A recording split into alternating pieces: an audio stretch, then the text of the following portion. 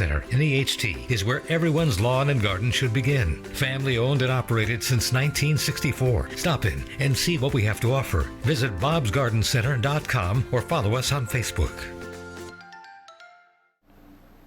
Hi everybody, happy Wednesday. Meteorologist Brittany Trumpy here. It is a beautiful summer-like day, and I don't just mean that visually, but it actually feels like summer out there. We have people walking up and down the boardwalk, shorts, tank tops, even a couple of bathing suits. People are down on the sand, a few people trying to get into the water. The water's still a little bit cooler, but it definitely doesn't feel like your typical May afternoon, and people are taking advantage of that by heading down the shore. It is a little bit cooler down the shore, but other spots are well into the upper 80s and feeling like 90. One of the reasons it feels like 90, well, there's a lot of moisture in the air. We are feeling very muggy, hot and humid today. Those dew points are still sitting pretty high, but you can see a big change on the way. By the weekend, we'll be back down into that comfy category. The air won't be feeling sticky at all, and one of the reasons for that, well, it's just going to be cooler. As soon as the air temperature drops, so do the dew points. We're going to be seeing tomorrow feeling very spring-like with temperatures in the low 70s, right where we're supposed to be for this point in the year. But then by Friday, we continue that cooling trend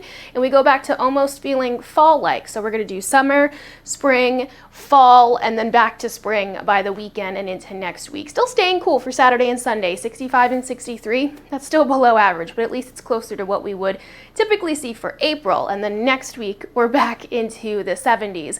Aside from the changing in the air mass that's going to lead to some cooler weather, it's also going to continue to fuel the chances for rain. So we have two different scenarios that we're really keeping a close eye on. We have a round of rain on the way for tomorrow morning and more rain on the way for Friday. The big difference between those two, the rain that comes Thursday will also be with some thunderstorms.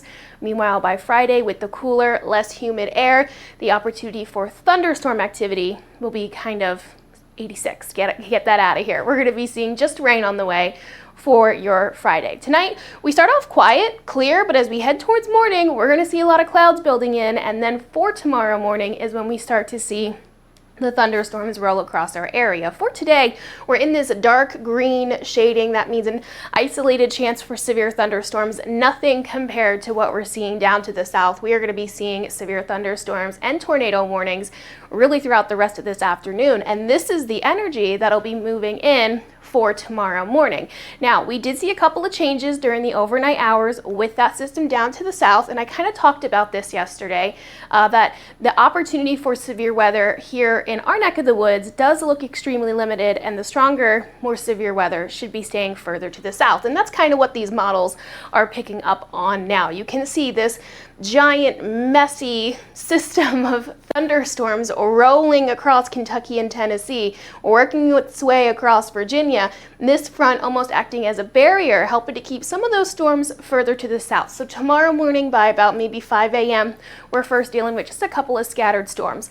Then throughout the day, we'll stay probably pretty cloudy, more chances of moisture on the way for the afternoon as well as into the evening. You can see as that low gets a little bit closer, some of that moisture that's wrapped around that center itself will be kind of moving in. So for your Thursday evening, that's our last little opportunity for thunderstorms. And then for Friday, we see just some rain showers as that low starts to kind of clear the area and then eventually push further off to the east. So this is what we're looking at for tomorrow. In this graphic yesterday, we actually had some of that yellow shading a little bit further north. So that cutoff where you go from light green to dark green, that's where that previous yellow line was, and then the dark green went a little bit further up. That's good. This is a good thing. We want that yellow to drop even further to the south. Like I was saying, with that front being so low across South Jersey, a lot of the severe thunderstorm potential is just going to be lower to the south. We are, again, not included in that opportunity for tornado activity. This 2% has been added since yesterday. So portions of DC and Maryland, portions of Virginia are seeing a small opportunity, that 2% chance for that tornado threat here back home. What are we worried about? Well, some stronger wind gusts. We could be seeing some damaging winds. So tomorrow, not only in the morning, but even in the afternoon, you could be seeing some slower spots to drive around, or your electricity might briefly go out just due to some damage to some tree limbs. And there is a small opportunity for some small hail for our area. Nothing too crazy.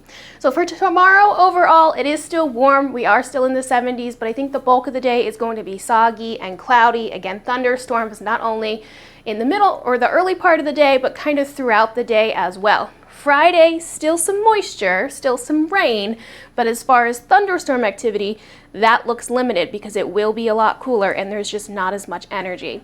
Temperatures dropping down into the 60s for the weekend, 50s for Friday. Next week looks overall just a little bit quieter and hopefully a bit warmer. Okay, I hope you enjoy the rest of your afternoon. I'll check back in with you guys later on this evening.